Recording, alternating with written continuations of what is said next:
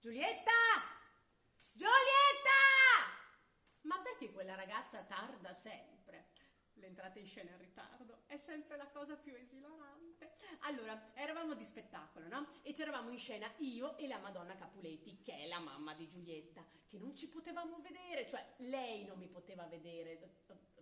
Sì, lo so perché non mi poteva vedere, comunque è una roba di gioventù.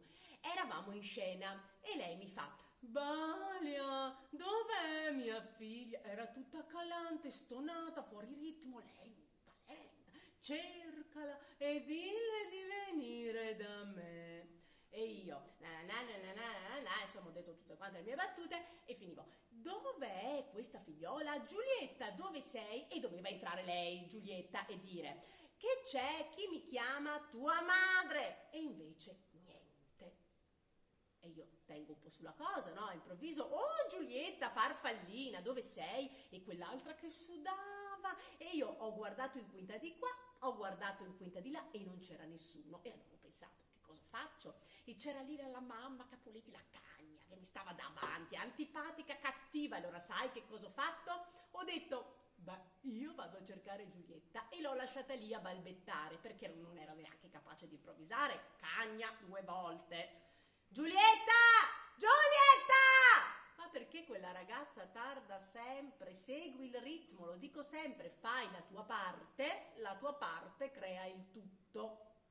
E sapete perché quella là, la cagna, è rimasta lì a balbettare quella sera? Perché lei, la mamma Capuletti, non la voleva fare. Lei voleva fare Giulietta con le trecce, che poi era Peronzo, quella con le trecce. Cosa c'entra Giulietta? E invece le è toccata la Madonna Capuletti e nessuno piange per la Madonna Capuletti. Oddio, nessuno avrebbe pianto per lei comunque in ogni caso. Giulietta! Vabbè.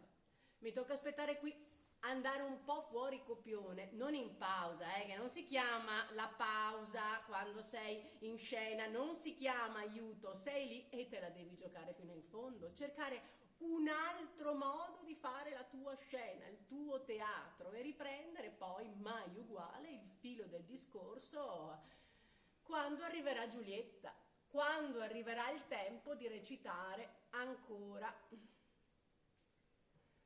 Romeo e Rosmarino non cominciano con la stessa lettera. Ah no, quello era il nome del cane. No, ma quella è un'altra lettera. Vabbè, Giulietta! Giulietta!